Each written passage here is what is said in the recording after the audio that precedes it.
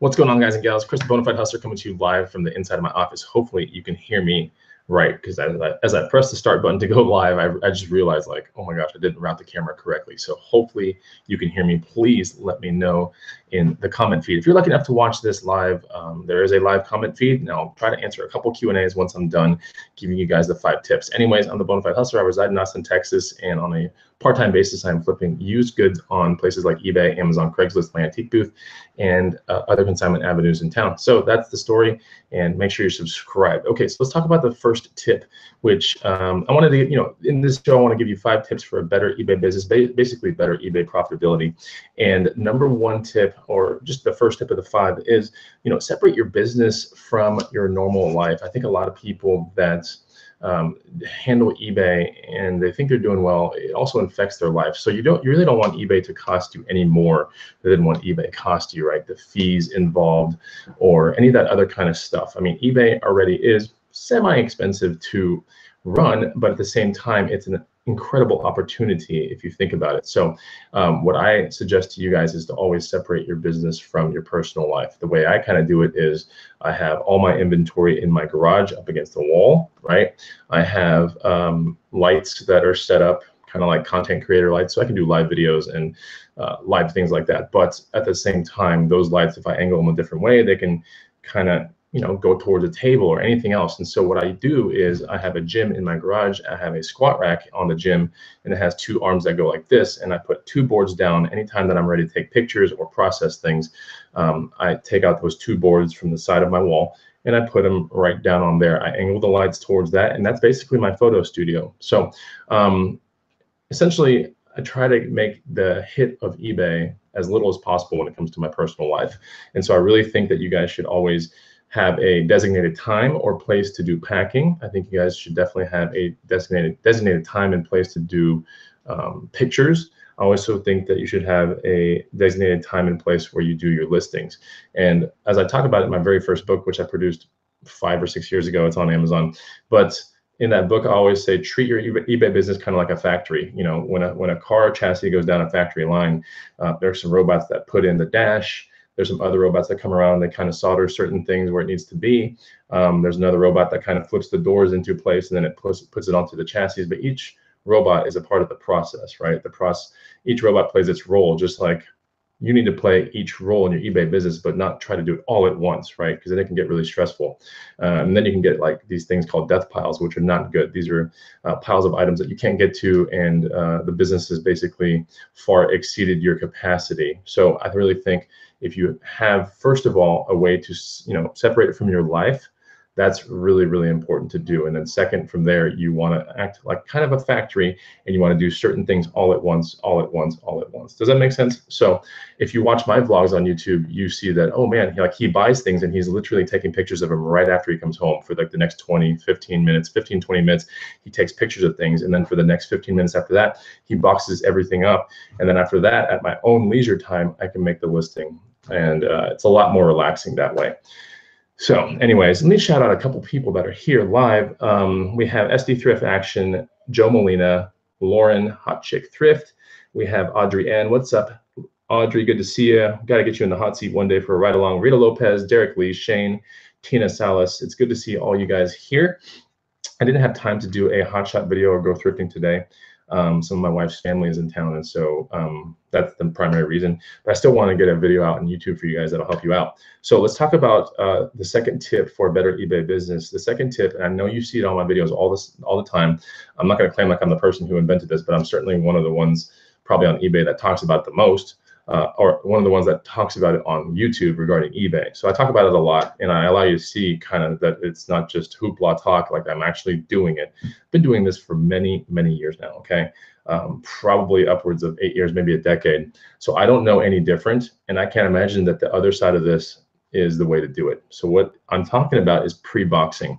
And preboxing is basically allotting space to put finalized inventory on. So if you watch my vlogs on YouTube, I buy items from thrift stores and garage sales, and I'm snapping pictures of it like very shortly afterwards while the stuff's still, kind of in my head, and it's very, how do I say it? It's very fresh in my head. So if I spotted maybe an issue with the item at the thrift store, but I still decided to buy it, when I'm taking the picture, I'm making sure, like, I remember, oh yeah, this thing has an issue or a scuff or a stain somewhere. I better make sure I hit it perfectly with the pictures. And that's one of the other reasons why you want to kind of follow up with the pictures quickly, and because you know, things on eBay sell with flaws and broken items. But if you wait some time between your buy and your picture taking time, it might slip your mind. It's very easy for it to slip your mind. So let's go to the pre-boxing thing. And that's something that I do after I buy the items. I don't even think an hour goes by before I pre-box something. So if I decide to pre-box maybe a day later, it's because I'm creating content for you guys to show it on a future video or something. But I always pre-box as much as possible. Let me give a shout out to Stephen Fielder. What is going on, guy? Man, $50 super chat. Thank you so much. I appreciate that. Stephen Fielder, hopefully I get to meet you one day. We can thrift together. We can do some ride-alongs. I don't know. But let me know. Definitely always appreciate the super chats. And my super chats now all go towards the surfboard fund, which is something that in July and August, when you watch my vlogs, I'll be in California 2 times, and I will definitely be buying a surfboard, which is cool because I've always wanted a certain kind of surfboard, but they're like kind of pricey. So anyways, all my super chats are going to that. Thank you so much. And some adult beverages too, but I do appreciate it. So yeah, the pre-boxing, I've been doing it for many, many, many, many, many years. I can't stress to you guys how important pre-boxing is to do in your business. If you can do it, I really suggest doing it. If you're like, oh, but I have 400 or 500 items, ask yourself this question first, like, okay, are you super pumped up about your 400, 500 items? If not, whittle those items down considerably and start pre-boxing maybe 2 to 5 items a day. You don't do 100 a week or anything like that, but 2 to 5 a day, and you'll make a pretty big dent over the course of 1 or 2 months. You're also going to probably want to buy some shelving. So where most of my pre-boxing occurs on 2 gorilla racks, and I also have some kind of arm racks that come out that I got from Home Depot. So you find your studs in your wall, you build these like linear looking, I guess they're mounts, and then you put these arms on them, and then from the arms you can put a shelf of anything that you want, and you put the arms up and down any way you want to. So I use that as my kind of staging place for the pre-boxing to occur. You do have to have some space to do pre-boxing, but I think it's a lot more organized, and I think it's a lot better than having just bins full of random inventory. Now, the reason why I like pre-boxing so much is because it makes you less reactive of a seller, which is very, very important, because you don't want to find out the day of purchase or even the day after purchase, like, oh my God, like I got to find the right kind of poly bag for that item. I have to find the box for that item. It's larger than I thought. Now I got to find a box. Now you're reacting all the time to these things, right? And being reactive wastes time. Being reactive is not good for your business whatsoever. I don't know of a single business out there where they go, oh yeah, being reactive is great. It's not great at all. Saving time, being focused is where you want to be all the time. So yeah, less reactive, super important. It allows you to find issues, and this is what I was alluding to, but it allows you to find issues with your packing much sooner.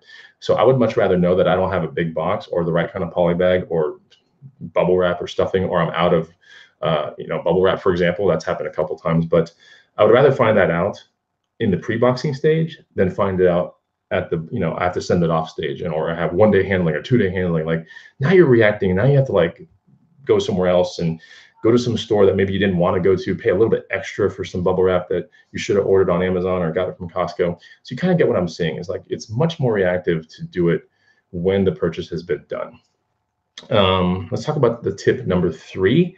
All right. So yeah, I am rocking a man bun. There you go. So some people are talking about the man bun.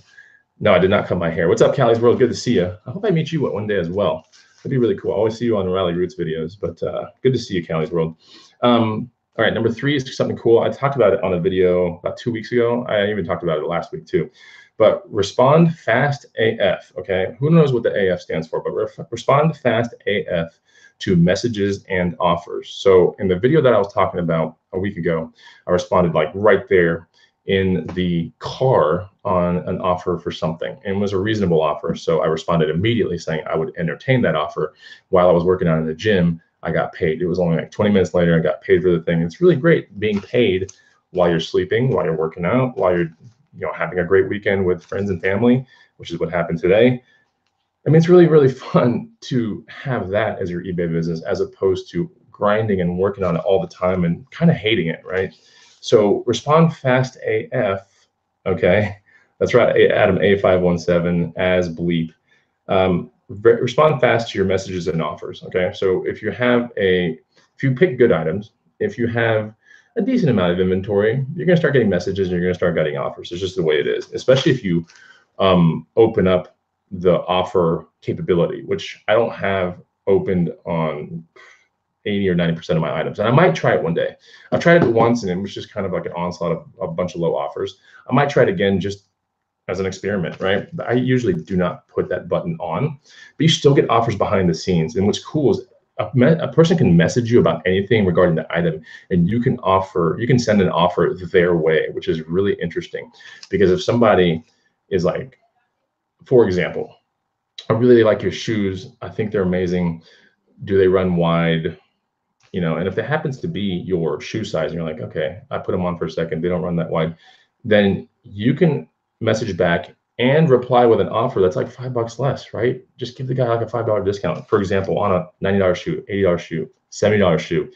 It's just incentive for the person to quickly go, holy crap, like, all right, they don't run wide, and here's $5 off. Like, that's really amazing. So think about those kind of things when you are responding fast AF.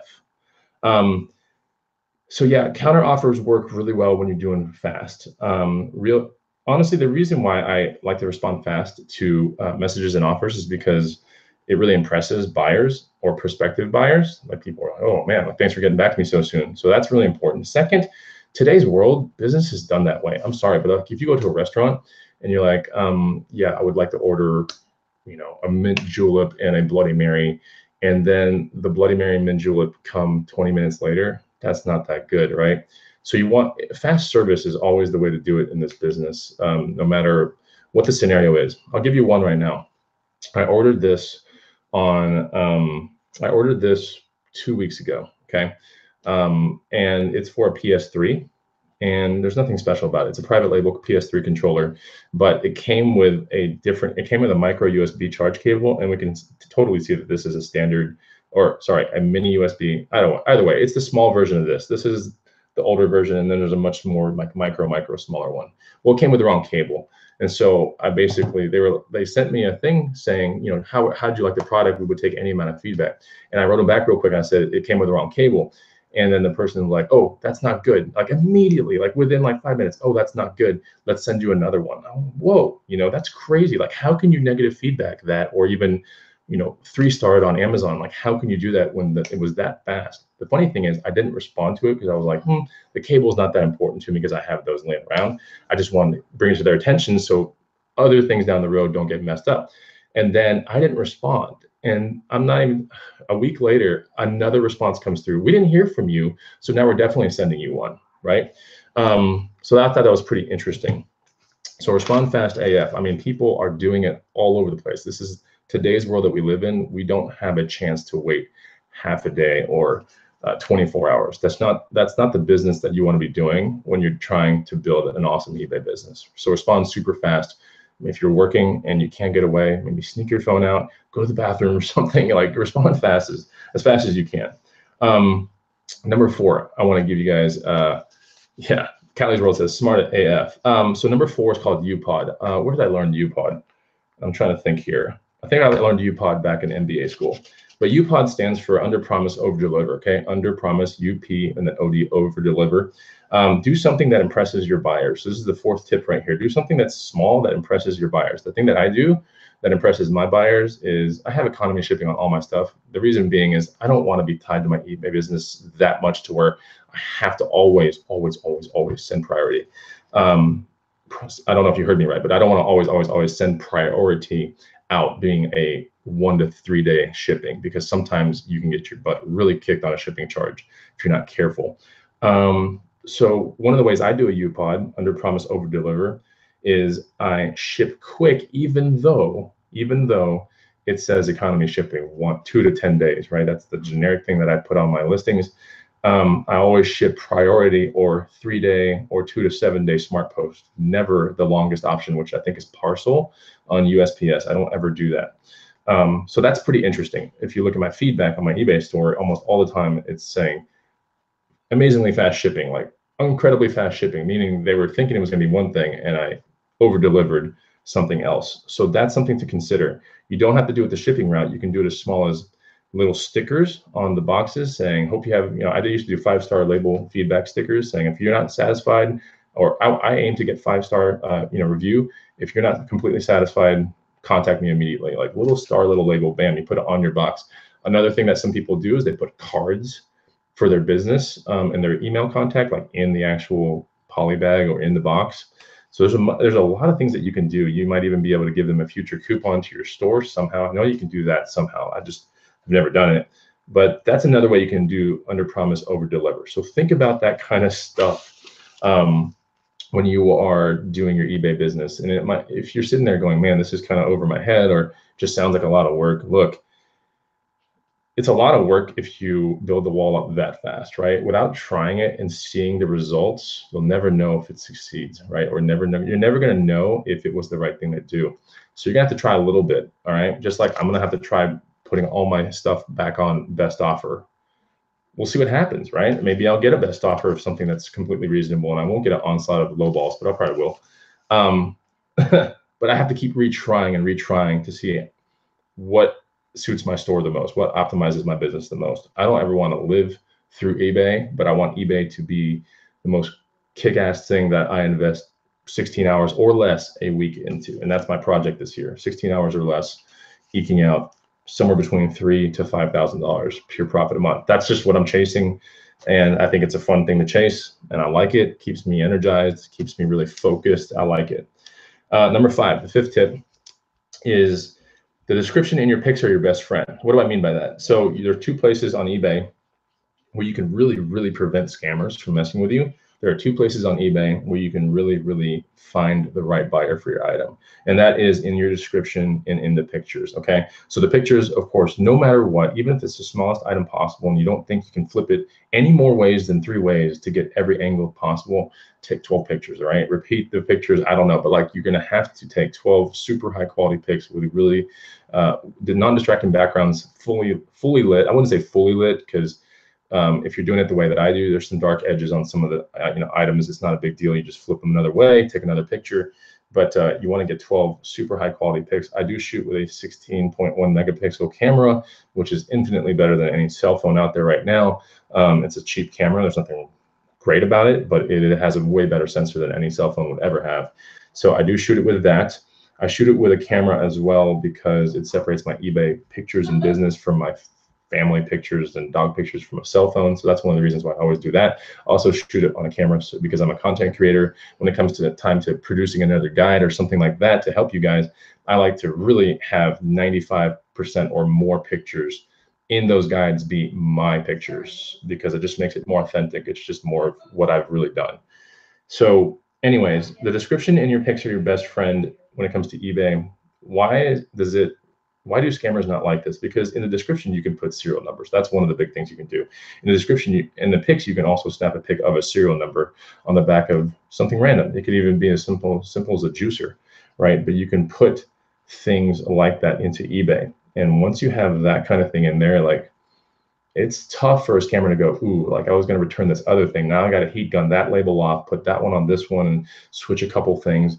You can even take really high quality pics to where people see maybe certain scuff marks, right, on your products and identifying characteristics. So when it comes down to a case on eBay, you could be like, well, look at this, what they sent me back, and look at this picture. Clearly there's a scuff here, and on this one, there's not a scuff there. So explain that. There's some things that you can do to really thwart the scammers. So I call it insurance against scammers. So I do no more than 4 or 5 sentences in every one of my descriptions, unless it's like a bicycle or something mega amazing that I'm putting on eBay. But 4 to 5 sentences on the description are great. I always point, okay? Like you'll see my finger in my eBay pics. I point to issues, whether it be as simple as a scuff on a shoe or a crack on a controller or a gaming system. I will point to something and I put that in there. That's another way that you can get insurance against scammers. That maybe we're going to send you a much better system that's not working because they know yours is working with a crack on it. So there's certain things that you can do, but the description and pics are your best friend. It also attracts the right buyer because there's some buyers out there that'll just buy something thinking, oh, I'm just gonna return whatever I want. It really doesn't matter. But if you really take time on your description and your pics, the right buyer really gravitates towards your listing, and they go, okay, like maybe they were looking for a completely gray Super Nintendo, for example. They don't want a yellowing one, but you described it in your pics. I mean, you show it in your pics that it's clearly a yellowing Super Nintendo system. And you also say in the description, like, just a note, this one definitely has the yellowing associated to it. Be forewarned. So that way, if they want to return it because it has yellowing on it, that's definitely a big case that you can pull with eBay. You'll probably win it in 2 seconds. So anyways, so yeah, that's a place where you can kind of tell your story, but I don't like to put too big of a story. Too big of a story is only good when you're dealing with something that's almost collector grade, or you're dealing with something that is going to be shipped and it's kind of large, or something that has a lot of detail to it, like a bicycle, for example. A bicycle, a really good one that belongs on eBay. People are looking for the components down to who makes the chain rings, who makes this, who makes the cranks. That kind of caliber bicycle belongs on eBay, and it needs to be explained out. So therefore, a 4 or 5 sentence thing is not going to cut it in the description. So you have to go way longer than that. But those are the kind of things I believe need a little bit more explanation. But 95% of the items that I put on eBay have 4 or 5 sentences or less in the description. All right. So anyways, that's pretty much the 5 tips on the eBay business that I wanted to give you guys. I'm going to open the floor for 3 questions, and then I got to get out of here. But I'll do 3 questions, and I will, yeah, and then I'll be out of here. So let me look for this. Here we go. Let me get a couple questions in here. Scott Bowser says, hey, hello, Chris. First time in here. I'm a cheesehead from Wisconsin. What's going on, Scott Bauer? Good to see you. Matt Jackson, here we go. Preboxing method. Do you just write the item on it or the item number? How do you know exactly what you're pulling in the right box? This is really good. It's a great question. So on the, I wish I had a box right here. There are 4 in my truck that are about to go out to the post office. But on the side of my box, on the side of those 4 boxes, I'll tell you what's on the side of, and they're all shoes and boots.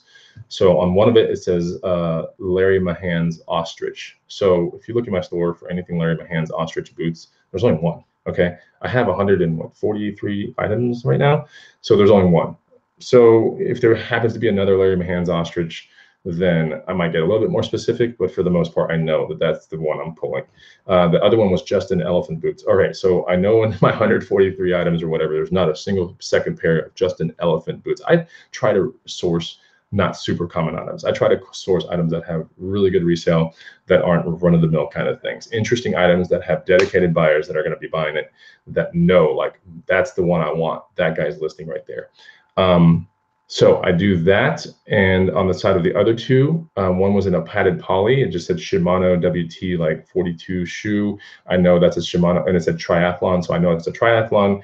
It's a size 42 European, women's like 7.5 or something like that. I know everything about that shoe. There's no way there's a duplicate. It's on there with Sharpie. And then the last one said Allen Edmonds, which I do not hustle many Allen Edmonds whatsoever, but this one said Allen Edmonds Lloyd shoe. So I know that that's that. When you start dealing, if my inventory was to get closer to 500 or 1,000, I might have to get a little bit more specific. But I am writing directly on the boxes, directly on the poly bags, directly on the padded poly envelopes from USPS. That's how I do it. Okay. Cast in 1108. Chris, has the slowdown period started yet? You know, I don't really think so. I really think that if you source the right kind of items, I don't think there's technically any kind of slowdown. The slowdown for me occurs if I leave a couple days gap for my eBay listings, where I just don't constantly give input to eBay. So I don't really think, if you sort the right kind of items, I just don't see the slowdown as much as other people do. What advice can you give to what advice can you give to keep things going for this summer? For this summer, just stick to your guns. Don't ever break your rules. If you have rules and you're like, okay, I'm doing the pre-boxing thing, I'm gonna hold out for better items, this is what I'm doing, don't break your rules. Okay, so even if the summer comes around and the garage sales are kind of dry, don't break your rules. Go to pawn shops, go to thrift stores, but just don't break your rules. Okay, that's like the #1 thing I can say. Because some people, when it starts to dry up, or when garage sales start thinning out, people start to break their rules. They go, okay, I can't find anything. I'm going to go to $10 profit levels. I'm going to start hustling, you know, Polo, Ralph Lauren, random shirts that are run of the mill, and then you get in trouble because that's stuff you don't care about. And B, there's so much of that stuff on eBay. 1 sec, babe. All right, I'm gonna be out here in 1 second. One more. question, and I'm out. Justin Packman, do you put anything over the writing like a label or a sticker? Yeah, the actual sticker of the box goes over the writing. So for the most part, if not, it's not a big deal. I don't think anybody's gonna care. I've never had negative feedback on stuff written on the side of the box. So that's pretty much it. I have to bolt. Hey, Rhonda W, she's giving me $5 for the surfboard fund. This is the last super chat I will allow on this broadcast. I have to get out of here, but it's good to hang out with you guys. And I hope you enjoyed some of these 5 tips for a better eBay business. If you did, hit the like button. I'll see you on the next one. Take it easy. Goodbye.